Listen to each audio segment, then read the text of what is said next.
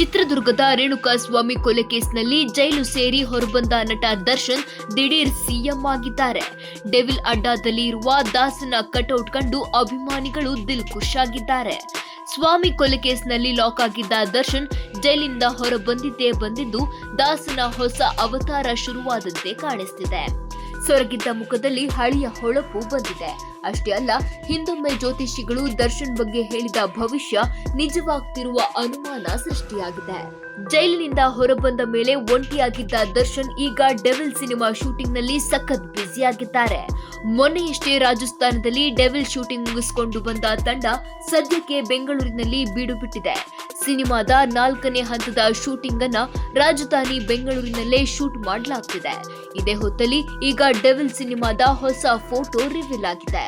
ಫೋಟೋದಲ್ಲಿ ದರ್ಶನ್ ಹಿಂದೆಂದೂ ಕಾಣದ ಅವತಾರದಲ್ಲಿ ಕಾಣಿಸಿಕೊಂಡಿದ್ದಾರೆ. ಕರ್ನಾಟಕದ ಮುಖ್ಯಮಂತ್ರಿಯಾಗಿ ದಾಸ ಅಖಾಡಕ್ಕೆ ಇಳಿದಿದ್ದಾರೆ. ಲೀಕ್ ಆಗಿರುವ ಫೋಟೋದಲ್ಲಿ ದರ್ಶನ್ ಸಿಎಂ ಆಗಿ ಕಾಣಿಸಿಕೊಂಡಿದ್ದಾರೆ. ಶೂಟಿಂಗ್ ಸ್ಪಾಟ್ನಲ್ಲಿ ಕರುನಾಡ ಪ್ರಜಾಪಕ್ಷ ಸನ್ಮಾನ್ಯ ಮುಖ್ಯಮಂತ್ರಿ ಶ್ರೀ ಧನುಷ್ ರಾಜಶೇಖರ್ ಎಂದು ಕಟ್ಔಟ್ ಹಾಕಿಸಿದ್ದಾರೆ. ಮುಖ್ಯಮಂತ್ರಿ ಪಟ್ಟದ ಜೊತೆಗೆ ದರ್ಶನ್ ಕೈ ಮುಗಿದು ಪೋಸ್ ಕೊಟ್ಟಿದ್ದು ಸಖತ್ ವೈರಲ್ ಆಗ್ತಿದೆ. ಅಲ್ಲಿಗೆ ಡೆವಿಲ್ ಸಿನಿಮಾದಲ್ಲಿ ಸಖತ್ ಇಂಟ್ರೆಸ್ಟಿಂಗ್ ಫ್ಯಾಕ್ಟ್ಗಳು ಇವೆ ಅನ್ನೋದು ಪಕ್ಕಾ ಆಗಿದೆ.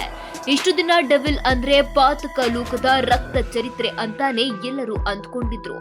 ಆದ್ರೀಗ ದರ್ಶನ್ ಸಿಎಂ ಗೆಟಪ್ ಅಲ್ಲಿ ಕಾಣಿಸಿಕೊಳ್ತಿದ್ದಂತೆ ಡೆವಿಲ್ ಸಿನಿಮಾ ಬಗ್ಗೆ ಮತ್ತಷ್ಟು ಕುತೂಹಲ ಹೆಚ್ಚಿಸಿದೆ.